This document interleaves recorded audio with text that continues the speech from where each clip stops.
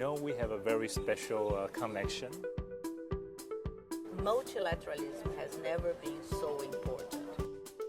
Part of this transformation is related to technology. Why Shanghai? First of all, I believe Shanghai is a city that has the authority to host such an award. It has a history, a trajectory of very innovative urban practices, and also concentrates important critical mass about the issues that are affecting our cities today. We have also a long-term partnership with China. For you to know, very interesting, we have a publication out of the Shanghai Awards, and this is the second most downloaded publication of UN Habitat. Really? Yeah. Wow. Just to share a little bit of the outcome, why it's relevant, so the community thinks it's relevant. Because we are facing so many challenges globally that really can benefit from urban innovation, and people are looking for practices. And we now know the issue of the climate agenda is, on the one hand, the U.S. withdrew from the Paris Accord and also UN climate framework. At the same time, China is doubling down on pushing to fight the climate change. How do you see the overall situation of the world fighting climate change? Well, the context is challenging. We just came out of a COP in Belém, in Brazil, where we could see a solid group of countries very much committed to the climate agenda. Well, China is one of the countries that is very committed. It's important that we understand that we have only a small number of countries, the G20 countries, they concentrate, the high percentage of the emissions, I believe 80%. So we need to work with all these countries, but it's important to see that we still have the majority of countries in support of the climate agenda. From UN Habitat's perspective, we look at the urban angle of the climate agenda. So we have been bringing national governments and local authorities, but also scientists and practitioners in the last COPs to discuss how countries can enhance the urban perspective at the global level, because cities represent 70% of the emissions. Yeah, and also a high percentage of energy consumption.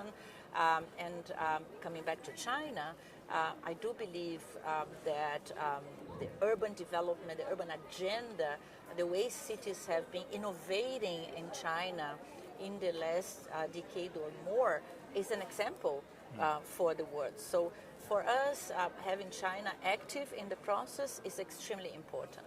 Even in Dubai, you see a lot of Chinese EVs. Yeah. How do you see China's green technology's development for the developing world? Yeah. Perhaps I can talk from my own experience, because in 24 I visited China after not being there for, I don't know, maybe 8 years or more. And I was very impressed and could testify by myself the urban transformation. If you look at cities like Beijing, I was positively, shocked almost by the difference of the city that I saw. I think Beijing specifically, I was in 2012, and then I came back 12 years later, and it was a different city. So, for example, you could smell, of course, the air clean. You couldn't listen to the noises of the cars because they are electric, or the whole transportation, right?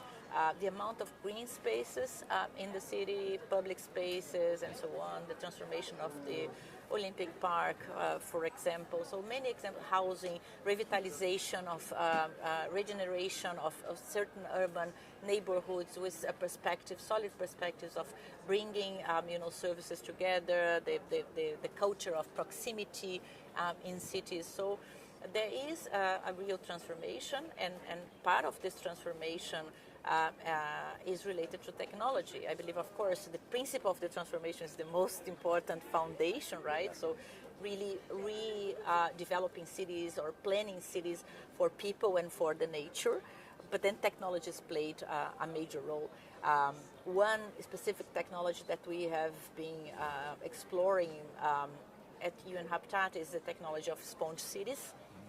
That has been implemented in several cities in China.